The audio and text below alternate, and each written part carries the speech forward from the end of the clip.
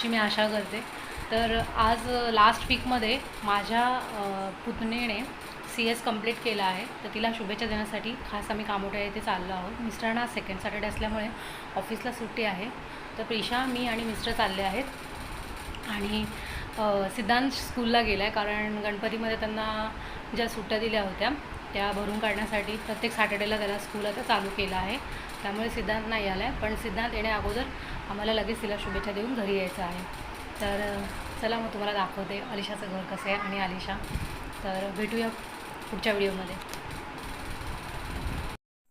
माझ्या छोट्या नणंद देखील कामोठ्या येथे राहतात, तर त्यांच्या मुलींना आणि त्यांना मी तिथे बोललो होतं, परंतु कॉलेजमधून सुटल्यामुळे त्या येऊ शकल्या नाही. तर मी तुम्हाला या व्हिडिओमध्ये चिकनची रेसिपी शेअर करणार आहे. मी गरम मसाला, चिकन मसाला, धनिया पावडर आणि तांदळाचं पीठ व चणा डाळीचं पीठ व आपल्या घरातला मसाला असं घालून सगळं मिश्रण करून लिंबू पिळून हे मिश्रण करून तळून घेतले होते, कारण मला अलिशासाठी खास ते घेऊन जायचे होते, कारण तिला इथे खूप आवडतं माझ्या हातच्या रेसिपी, त्यामुळे मी ते घेऊन जाणार होती.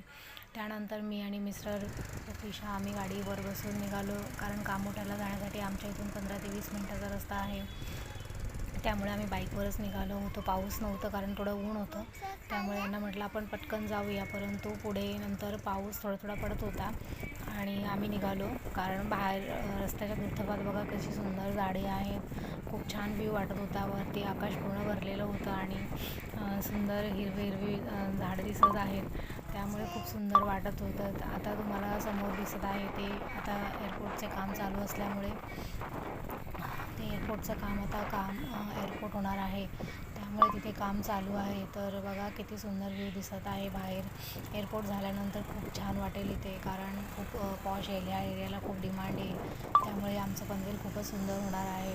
त्यानंतर आम्ही घरी गेलो. घरी गेल्यानंतर वहिनींनी प्रिशाला पटकन जवळ घेतले व तिच्या चप्पल वगैरे त्या काढत होत्या. त्या तिच्यावर खूप प्रेम करतात. माझ्या दोन्ही मुलांवर त्या स्वतःच्या मुलांप्रमाणे प्रेम करतात.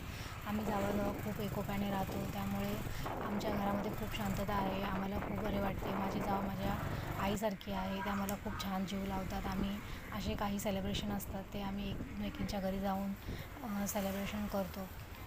घरी गेल्यानंतर प्रिशा खूप खुश झाली आणि अलिशाने तिच्या काकांना म्हणजेच माझ्या मिस्टरांना व तिच्या पप्पांना म्हणजे माझ्या दिरांना ती बर्फी भरवत आहे. त्या म्हणतात की सविताला भरव, परंतु मी म्हणाली नाही भाऊ, मी व्हिडिओ काढते, तुम्ही खा म्हणून.